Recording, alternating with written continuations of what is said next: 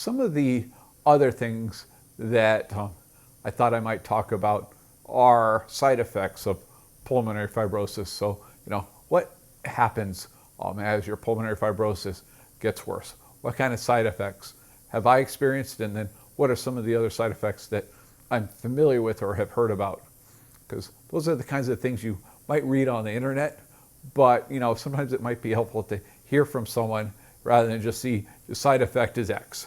So one of the side effects that I've had is, as you can probably tell sometimes by listening to me, when I speak, it takes some effort to speak. And sometimes it comes out a little more broken, or I have to pause and I have to stop and catch my breath. It's just more work to speak, especially on a continuous basis.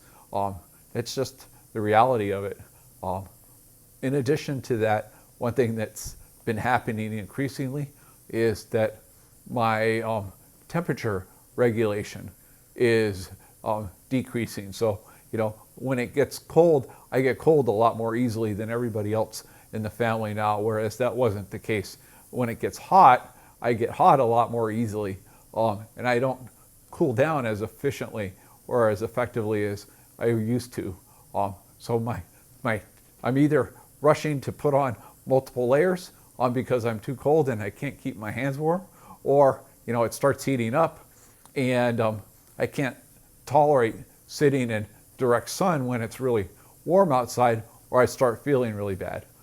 So just the kind of thing that is certainly manageable. You just have to be aware of it and not be surprised by it.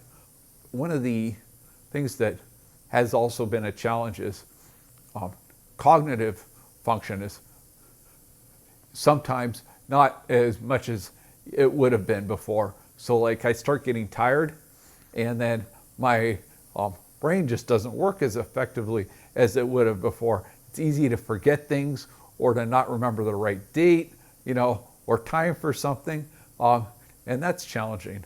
And I think that's just the combined impact of the stress, being tired, breathing heavily, and just kind of being physically challenged with the whole thing. But something that can happen, and in my particular cases, I have gotten to this kind of more severe stage of the pulmonary fibrosis has been an issue for me. Now, for people that have pulmonary fibrosis that don't keep their oxygen saturation levels up, what I've understood can be an issue is bluing of the fingertips or the toes, and or clubbing, where the fingertips and the toes get wider. And there can be other side effects associated with insufficient oxygen. And you just want to avoid at all costs not getting enough oxygen. The bluing of the fingers and toes is just a symptom. What's more important is the damage it's doing to your internal organs, and you're not going to see that. So hopefully those are the side effects that you'll never see because you're keeping your oxygen saturation levels up. But there are going to be some side effects, in addition to the kind of obvious ones like the physical discomfort, the pressure and tightness in your chest, the coughing. There's some of these other things that I've at least experienced.